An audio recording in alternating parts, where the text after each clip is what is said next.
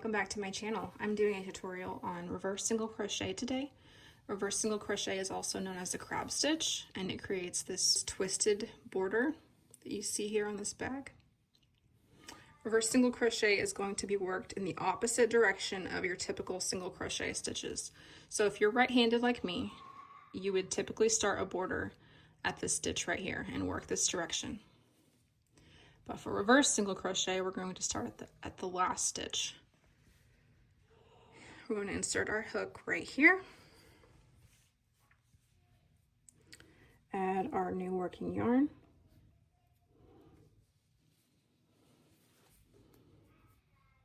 I'm going to start with a chain one just to give it the height. And I'm going to work directly back into that first stitch. Next, I'm going to work backwards into this stitch. So it is going to be a normal single crochet stitch, just worked backwards. And that is where it gets the name crab stitch, because it walks backwards like a crab, or sideways like a crab. So you'll go backwards into the next stitch, insert your hook, yarn over, pull up a loop with 2 loops on your hook, yarn over again, pull through both loops. Work the next stitch the same way. And this is going to create that twisted rope-like edge that you saw at the beginning of the video. So again, we're just working normal single crochet stitches backwards. So working into the stitch behind, you'll insert your hook, yarn over, pull up a loop with 2 loops on the hook, yarn over again, pull through both loops. And keep doing this until you reach the end of your piece. And you can see it did a nice twist, gives it an interesting look. The one thing about this stitch is that it can be a little bit fiddly when you first start working with it, and it's kind of hard to get used to. If you don't keep your stitches really tight, you may have little bubbles back here. So make sure to keep your tension as tight as possible as you work through this.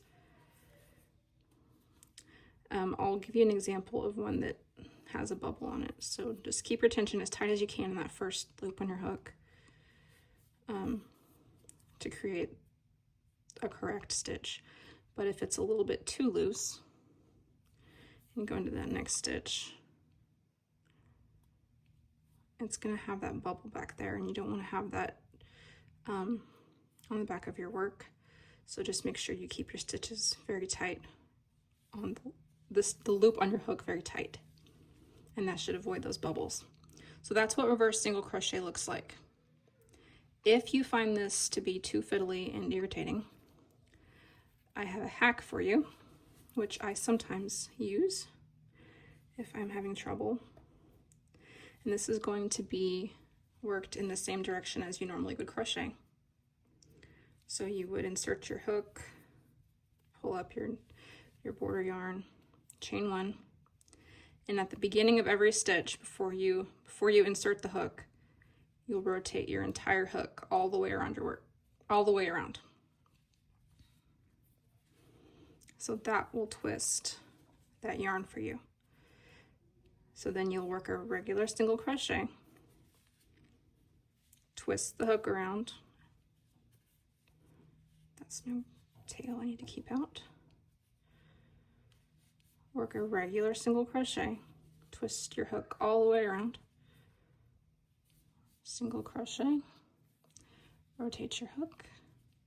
And again, this is still a little bit fiddly, but if you're having trouble with the tension on your reverse single crochet or your crab stitch, this may be a good hack to try. It literally looks the same exact way as the crab stitch.